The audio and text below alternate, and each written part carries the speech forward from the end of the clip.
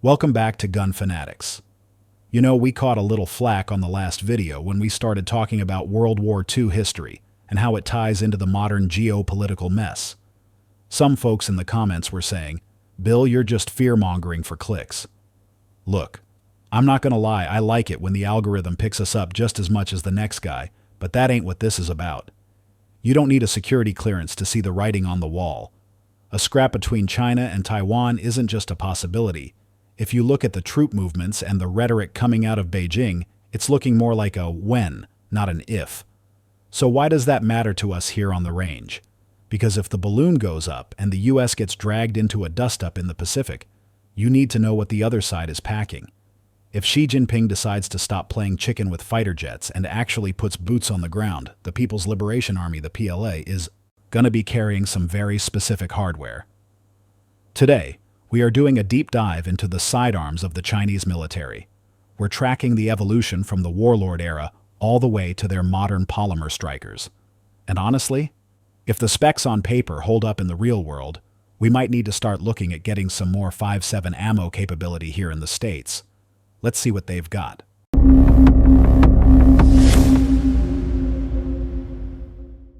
C96 broom handle.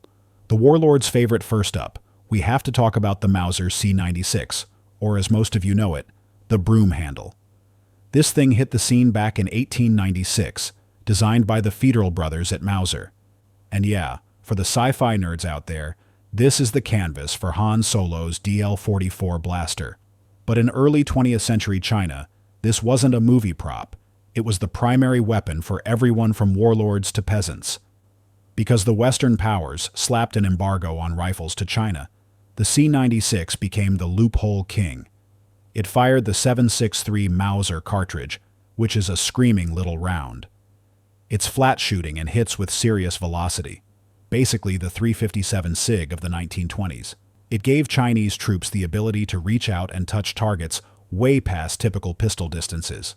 When the Japanese invaded in 1937, you saw nationalists and communists actually stop shooting at each other for 5 minutes to fight the common enemy, and both sides were heavily armed with these German-designed hand cannons. Quality was a mixed bag, though. You had genuine German imports that ran like Swiss watches, and you had local Shanghai knockoffs that looked like they were finished with a rock. Shaanxi Type 17, the 45 ACP beast. Now, here is where it gets interesting for us Americans. By World War II, the Chinese were fielding a lot of American Thompson submachine guns. And if you know anything about logistics, you know you don't want to carry two different calibers if you can avoid it.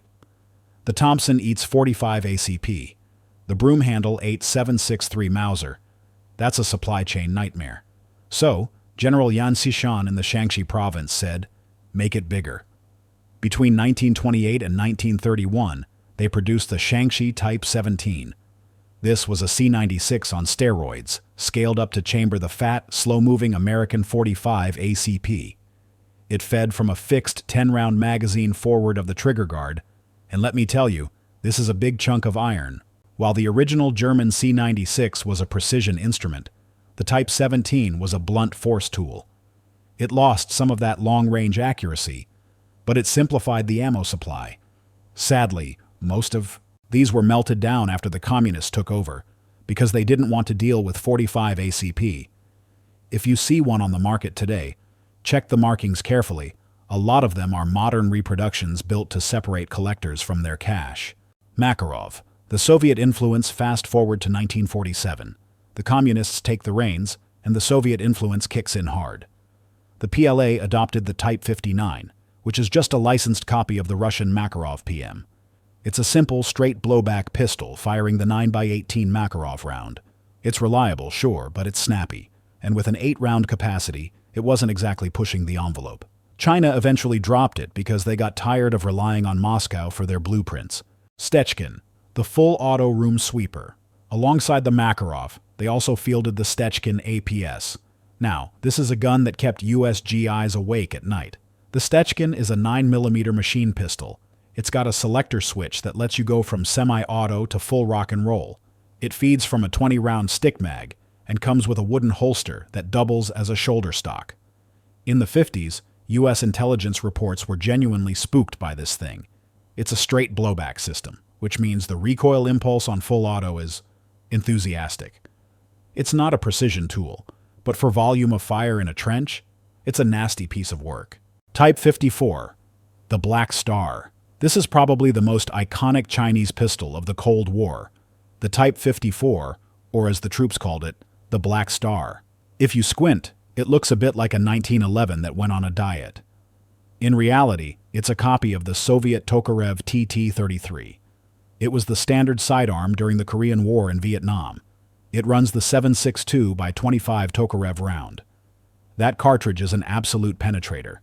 It'll zip right through soft body armor that would stop a 9mm or a 45. It's an 8-round single-stack gun. It's rugged, crude, and has terrible ergonomics. The grip angle feels like you're holding a brick, but it works. You'll still see these in the holsters of the People's Armed Police and some reserve units. Type 64, the officer's pocket pistol. In 1964, China decided to make their first fully homegrown pistol, the Type 64. Designed for officers, this thing borrows heavily from the Walther PPK. It's a small, blowback-operated pistol chambered in a proprietary 7.62 by 17mm round. Ballistically, it's weak. Think 32 ACP levels of stopping power. Development was a mess because of the Cultural Revolution, so it didn't really hit the streets until the 80s.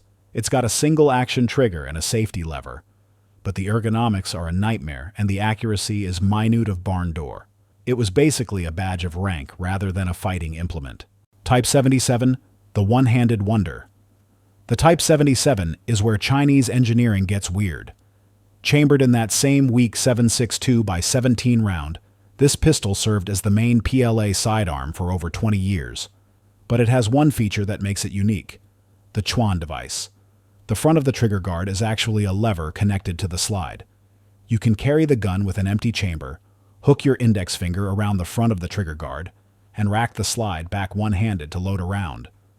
It's a clever solution to a problem nobody really had, but it allowed for safe carry with a super-fast deployment. Norinco exported a bunch of these in the 90s, so you might see them floating around pawn shops. CF98, the budget export.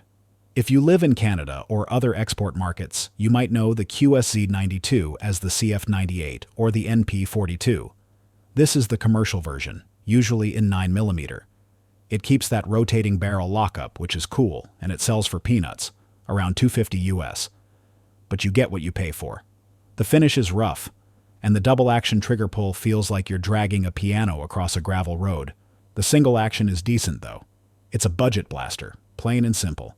So there you have it. The PLA has moved from cobbled-together warlord pistols to modern armor-piercing polymer systems. They've learned a lot from the Soviets and a lot from us. That 5.8mm round is nothing to sneeze at, and the capacity they are running is competitive with anything in NATO. If you enjoyed this deep dive, smash that like button and subscribe so you don't miss the next Intel drop. And let me know in the comments, would you trust your life to a Chinese rotating barrel pistol? Stay safe, and I'll see you downrange.